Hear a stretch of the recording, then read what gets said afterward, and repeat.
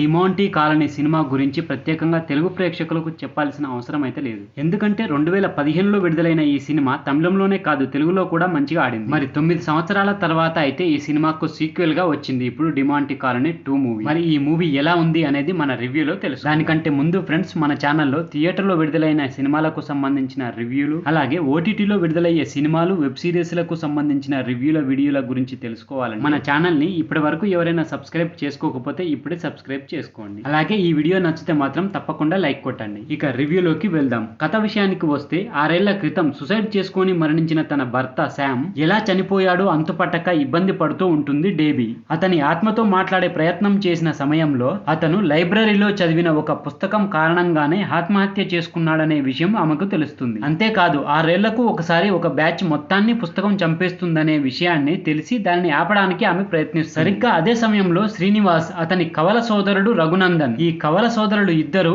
ఆ పుస్తకం చదివే ప్రయత్నం చేసిన తర్వాత మరణించబోతున్నారని తెలుస్తుంది. అయితే వాళ్ళను ఆ మరణాల నుంచి దూరం చేసేందుకు తన మామ రిచర్డ్స్ తో కలిసి ఆమె కొన్ని స్కెచ్లు వేస్తుంది. అయితే ఆమె స్కెచ్లు ఫలించి వాళ్ళు బతికారా లేదా, వాళ్ళను టిబెట్ నుంచి వచ్చిన బౌద్ధ సన్యాసులు ఏ మేరకు కాపాడే ప్రయత్నం చేసిర్రు, అసలు డిమాంటీ కాలనీలోకి మరో అమ్మాయిల బ్యాచ్ ఎలా ప్రవేశించింది, చివరికి డేబీ ప్రయత్నం ఎంతవరకు ఫలించింది, ఆమె ఆ ఇద్దరు సోదరులను కాపాడిందా లేదా అనేది మనం సినిమా చూసి తెలుసుకోవాలి. ఇక ఓవరాల్ గా ఎలా ఉంది అనేది మన విశ్లేషణలో తెలుసుకుందాం. ఈ సినిమా చూడాలంటే డిమాంటీ కాలనీ మొదటి భాగాన్ని కూడా చూసి ఉండాలి. నిజానికి సినిమా మొదలైనప్పుడు మొదటి భాగంలో ఏం జరిగింది అనేది కొంత చూపించే ప్రయత్నం అయితే చేశారు. కానీ నిజానికి సినిమా మొత్తం చూస్తేనే మనకు అర్థమవుతుంది మొదటి భాగంలో ఏం జరిగిందో. ఇక ఈ సినిమాలో మొదటి భాగంలోని కుటుంబాన్ని రెండో భాగంలోకి తీసుకొచ్చి 2 కథలను మిక్స్ చేసిన విధానం అయితే దర్శకుడి ప్రతిభనైతే మెచ్చుకోవచ్చు. సినిమా మొదటి భాగం చూడని వాళ్ళు కూడా రెండో భాగాన్ని అర్థం చేసుకునేలాగా తెరకెక్కించింది. అయితే తమిళంలో సూపర్ హిట్ కావడంతో తెలుగు ప్రేక్షకులు కూడా ఈ సినిమా మీద అయితే భారీ అంచనాలతో థియేటర్లోకి వెళితే కాస్త నిరాశ పడతారు. ఎలాంటి అంచనాలు లేకుండా థియేటర్లోకి వెళ్తే మాత్రం కాస్త ఎంజాయ్ చేసే అవకాశం ఉంది. దాదాపు కథలో మెయిన్ పాయింట్ ఒకేలా ఉన్నా వాటి చుట్టూ రాసుకున్న పాత్రలు, ఫ్యామిలీ ఎమోషన్స్,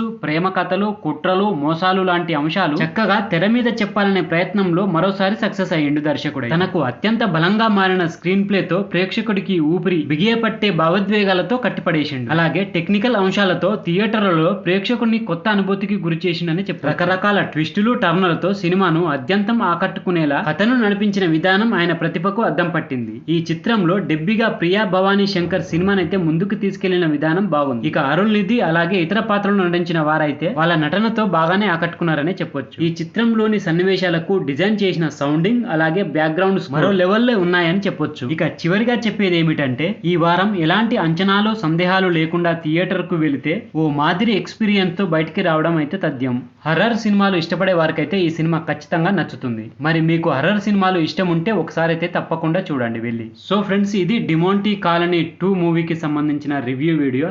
ఈ వీడియో కనుక మీకు నచ్చినట్లయితే నా ఛానల్ని తప్పకుండా సబ్స్క్రైబ్ చేసుకోండి. Thank you friends. మళ్ళీ ఒక మంచి వీడియోతో మీ ముందుకు వస్తా. అంతవరకు బాయ్.